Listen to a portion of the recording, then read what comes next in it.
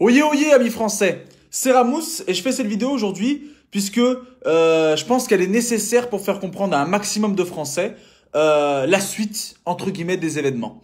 Il y a beaucoup de gens qui sont gilets jaunes, beaucoup qui sont contre les gilets jaunes, ou beaucoup qui ne se sentent même pas concernés par ce mouvement qui est populaire.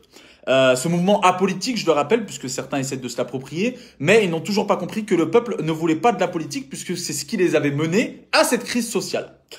Voilà maintenant plusieurs semaines, donc 10 exactement, que les gens sont mobilisés dans la rue, sont mobilisés pour certains au rond-point ou au péage toute la semaine, et pour d'autres qui n'ont pas la capacité physique ou financière de pouvoir se déplacer chaque jour, de se déplacer le week-end dans les grandes villes qui sont autour d'eux ou autour d'eux, dans les petits villages, etc.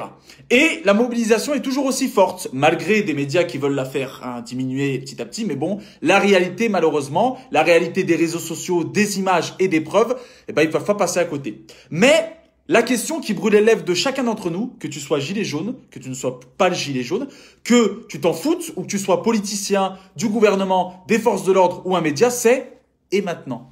Et maintenant, qu'est-ce qu'on fait? Puisqu'il y a eu des dizaines de morts, il y a eu des milliers de blessés, mais maintenant, qu'est-ce qu'on fait? Qu'est-ce qu'on fait réellement? Puisqu'il y a une réelle volonté du gouvernement d'ignorer la souffrance et la peine des citoyens, qu'est-ce qu'on fait? Et donc, beaucoup disent que non, c'est pas vrai, nous ne sommes pas en dictature. Donc, avant de commencer et de vous expliquer ce que j'ai entendu sur les rassemblements, ce que je vois sur les réseaux sociaux et surtout, ce qui est pour moi les meilleures idées avant une idée finale, c'est la dictature. Donc, nous ne sommes pas en dictature pour certains. Je vais vous lire la définition très rapidement et je vais en venir au fait. La dictature est un régime politique autoritaire établi et maintenu par la violence, à caractère exceptionnel et illégitime. Elle surgit dans des crises sociales très graves où elle sert soit à précipiter l'évolution en cours ou à l'empêcher et à la freiner. Je pense que si on est tous normalement constitués, on peut comprendre qu'on est réellement en dictature. Simplement, pour une seule arme, c'est ce gilet. Donc certains ont eu des yeux crevés, des mains en moins, certains sont morts, certains ont été tabassés, humiliés, traînés par les cheveux, et donc il faudrait qu'on s'arrête. Jamais, ne serait-ce que pour eux. Mais pourquoi est-ce qu'on a tous été amenés à sortir dehors et à faire valoir notre mécontentement et celui de nos frères et sœurs et de nos familles? C'est parce qu'on a touché à nos portefeuilles. Et alors, quand est-ce que notre gouvernement a réagi pour la seule et unique fois? C'est quand il y avait, et c'est une triste réalité, des casseurs. Quand il y a eu des casseurs qui étaient présents, qui ont tout cassé sur leur passage, c'est là où notre président a fait son cinéma à la télé et a commencé à dire « Oui, on va vous proposer ça », ce qu'on n'a jamais vu. Vous le savez très bien, vous n'avez rien reçu, le SMIC n'a pas augmenté, ce n'était que de l'enfumage comme d'habitude. Vous avez reçu quelque chose? Non. J'ai reçu quelque chose? Non. Des personnes ont-ils reçu quelque chose? Oh, absolument rien.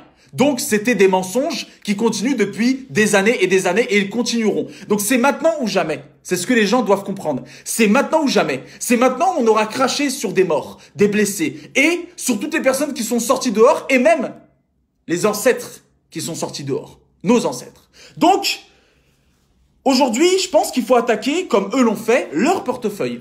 Le portefeuille des gros groupes. Alors, certains l'ont déjà fait, mais il faut cibler ça, non pas une journée, non pas 2 journées, non pas 3 journées, mais ça de ce samedi jusque tous les autres samedis pour les forcer à nous écouter. Puisque si on touche leur portefeuille, ils seront obligés de le faire.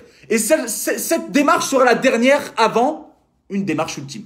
Donc, si vous allez dans les grands groupes qui soi-disant sont en crise, comme la SNCF, Carrefour, tous ces hypermarchés, les raffineries, si vous commencez à leur bloquer leur portefeuille, ces grands groupes qui finalement, ce sont eux qui gouvernent ce pays, puisqu'on a très bien compris que plus t'as de la thune, plus ils t'écoutent. Si t'as pas de thune, ils en ont absolument rien à foutre de toi et ils te défoncent la gueule. Donc si vous bloquez ces gros groupes, là oui, là ils vont commencer à se faire dans leur froc. Et puis, forcément, si vous commencez à faire des démarches comme j'ai entendu sur les lieux de rassemblement, des marathons jaunes. Donc que des personnes viennent, en marathon, faire un marathon dans Paris, puisque tu ne peux pas, c'est interdit par la loi, tu ne peux pas toucher quelqu'un qui fait un marathon. Il y a des gens qui font des marathons en roller, vous le voyez la nuit, etc. Tu ne peux pas le toucher, les forces de l'ordre n'ont pas le droit de le toucher. Donc, allons-y, faisons des démarches comme ça. Je sais que dans le sud de la France, il y a des personnes qui ont réussi à faire perdre plus d'1,5 milliard de chiffre d'affaires juste en bloquant des péages. Bloquez l'apport-export. Bloquons ensemble. Et si ça ne marche pas, c'est eux qui auront choisi d'aller vers une révolution. Puisque si on n'arrive pas à se faire entendre comme ça, on ira vers une révolution. Et tout ce que ça implique. Puisque nous sommes pacifiques. Faut arrêter de dire que les gilets jaunes ne sont pas pacifiques parce que ça fait des semaines qu'ils sont dehors et des millions de personnes qui sont sorties. Et croyez-moi, si des millions de personnes ne sont pas pacifiques, je pense que le pays ne serait pas dans cet état-là. Alors pour toutes les personnes qui disent « Ouais, mais vous nous cassez les couilles, on comprend pas », ce qu'on veut, c'est du pognon.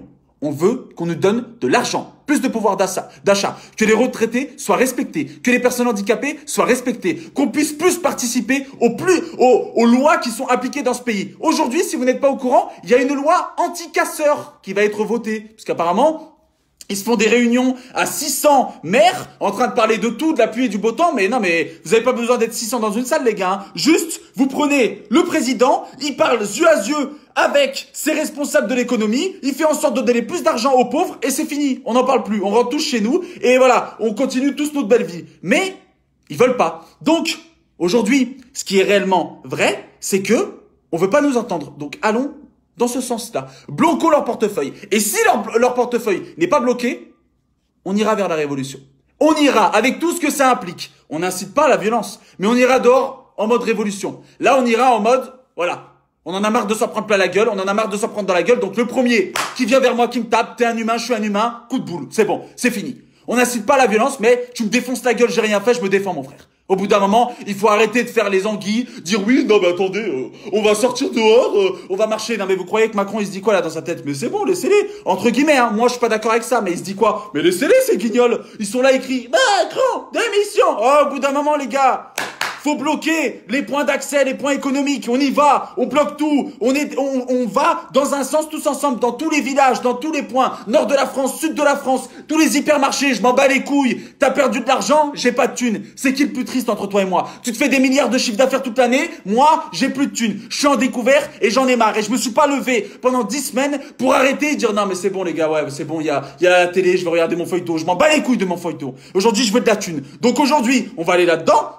On va toucher à leur portefeuille, et s'ils comprennent pas, bon, on ira tous dans la rue. Et le premier, si je suis pacifique, à venir vers moi et à me mettre un coup, eh ben, je te mettrai un coup. Qui que tu sois, que tu t'appelles Philippe, François, Édouard, Castanet, je m'en bats les couilles. Parce qu'on s'est tous pris des trucs dans la gueule, et c'est la vérité au bout d'un moment. Si on passe pas à la vitesse supérieure, ils vont faire semblant de nous ignorer pendant des semaines et des semaines, et on va causer plus de morts et plus de blessés. Et on va tous se regarder en disant, oui, non, mais c'est vrai que c'était pas mal les gilets jaunes.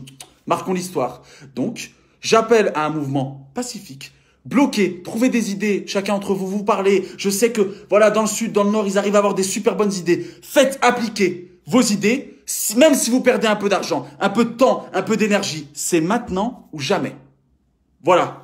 Merci à tous. Je me devais de faire passer ce message parce que beaucoup de gens sur les rassemblements m'ont demandé de le faire passer. Et parce que on est à l'acte 10, on va faire quoi? L'acte 20, l'acte 30? Pacifique, ouais, on s'en prend plein la gueule et on y va et on fait, ouais, les gars, ça va Philippe, ça va Roger, comment tu vas? Ouais, mais on se connaît tous maintenant. Bah, allons tous dans le même sens, on est une grande famille. Allons dans le même sens. Et on va voir maintenant s'ils vont nous ignorer. Voilà. Parce qu'apparemment, il faut que faire des actions, boum, pour qu'ils nous écoutent. Dès qu'on fait des actions, oui, c'est bon, ils nous écoutent plus. Allons-y. Allons-y. Et ceux qui sont capables physiquement d'être présents, ils sont là. Ceux qui sont pas capables, c'est votre mission sur les réseaux sociaux de partager. Donc je vous le demande à tous, partagez un maximum cette vidéo. Faites-la voir de tous. Si ça peut donner des idées et ça peut tous nous réveiller, entre guillemets, on le fait. Partagez-la de partout. On est à l'acte 10. Ça suffit. Il faut que l'acte 11 soit encore plus puissant. L'acte 12 soit plus puissant. L'acte 13, 14 et qu'au bout d'un moment, on leur donne l'obligation de nous écouter. On est en dictature. Ils se foutent de notre gueule. Soyons ensemble. Parce que seul on va vite, mais qu'ensemble on va plus loin. Alors je vous le demande, c'est un devoir de citoyen pour tous ces morts, tous ces blessés et les futurs rassemblements, partagez cette vidéo. Prenez 3 secondes, ça dure 3 secondes et c'est gratuit. C'est les dernières choses qui nous restent. C'est comme ça qu'on peut communiquer entre nous. Ne les laissez pas nous censurer. Partagez cette vidéo et allons au bout de nos idées. Parce que maintenant, ça suffit. Moi je peux pas voir des femmes, des enfants, des personnes âgées se faire tabasser la gueule et après on nous dit ouais mais c'est bon, vas-y vous nous cassez les couilles. Il y a des gens qui sont morts. Respectons-les et allons au bout de nos idées. Parce que tout ce qu'on veut finalement, c'est légitime. La pauvreté. Qui dans ce monde peut dire « Je m'en bats les couilles de ceux qui meurent de faim ». Bah là, il y a des gens qui meurent réellement de faim ici, dans ce pays, et qui se lèvent pour aller en rassemblement. Merci à tous et je compte sur vous pour partager de partout. Faites-la péter et montre-leur que maintenant, on veut s'organiser et faire des vraies choses qui vont leur faire du mal à leur portefeuille. Et s'ils ne réagissent pas, c'est eux qui ont remené à une révolution. Point final. Parce que là, on est à la porte d'une révolution. Là, on va toquer. S'ils n'ouvrent pas la porte, on ira. Et on rentrera pour discuter. Ceux qui veulent casser, alors à mes consciences, nous, on n'a jamais cassé, on cassera jamais. Maintenant, c'est vous qui forcez les gens à casser. Merci à tous. Je compte sur vous et soyons mobilisés. Et gardons cette mobilisation qui est si belle et qui est grandissante. Et on sait que tous, on s'est ignorés pendant des années, on n'a pas parlé entre nous. Mais aujourd'hui, on a trouvé une réelle famille. Merci à tous et on compte sur vous.